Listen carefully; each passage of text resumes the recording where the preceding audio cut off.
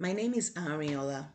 I am 28 years old, married to a handsome, hardworking man named Today, who is 31.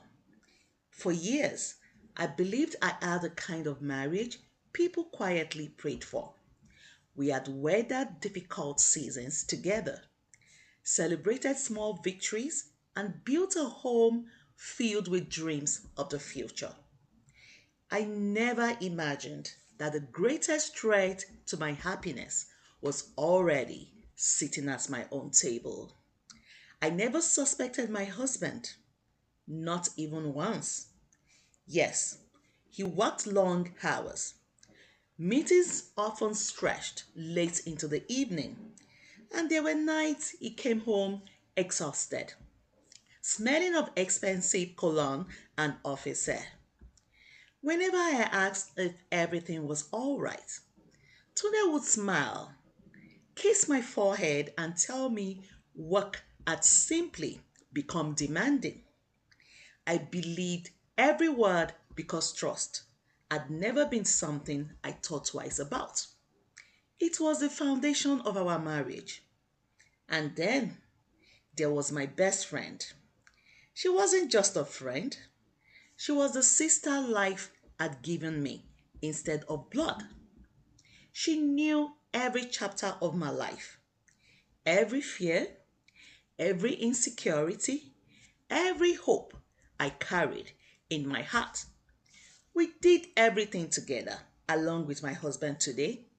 We would go on long drives, go on vacation together, walk the beach together, had dinners at our home, and I was satisfied with the two most beautiful people that life had provided for me. Whenever Tunde and I disagreed, my best friend was the first person I called. When he forgot our anniversary, I cried in her arms. When I noticed him becoming distant, I poured out every emotion to my best friend, believing I had found a safe place to be vulnerable. I thought she was comforting me. I never realized she was studying me. Every opportunity, my best friend is with me and Tunde, not knowing that something was happening behind my back. Every conversation was an opportunity for my best friend to learn where my marriage was the weakest. Every tear I shed became another piece of information she quietly stored away. Looking back now, I can see the signs that I was too trusting to notice. She would ask questions that seemed thoughtful at the time.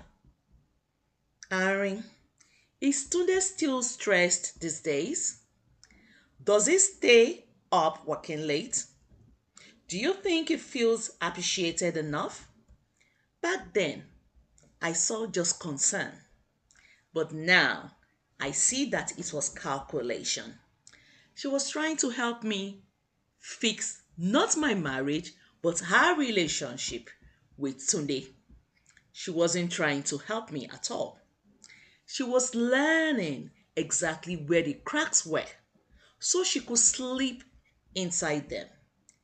The truth finally revealed itself on a day that began with nothing but love. That morning, I woke up determined to reconnect with my husband. The distance between us had been growing, and I missed the man who used to make me laugh over breakfast and hold my hand without thinking. I decided to surprise him with lunch. I spent the morning preparing his favorite meal, carefully packing everything the way he liked. It wasn't an expensive gesture, it was simply love wrapped inside a lunch container. As I went to his office, I found myself smiling. Maybe this would remind us of who we used to be. Maybe we just needed one small moment to find our way back to each other. When I arrived at his office building, the receptionist looked up and immediately froze. For a brief second, Something flickered across her face: guilt or panic, maybe even pity. Before I could ask what was wrong, she forced a smile. "He's in his office," she said a little too quickly. Anyway, I thanked her and walked toward the hallway, completely unaware that my life was about to split into two halves. The woman I had been before opening that door, and the woman I would become afterward. As I approached Tunde's office, I caught my reflection in the glass frame beside the door. I paused for a moment, straightened my hair, adjusted myself, and smiled.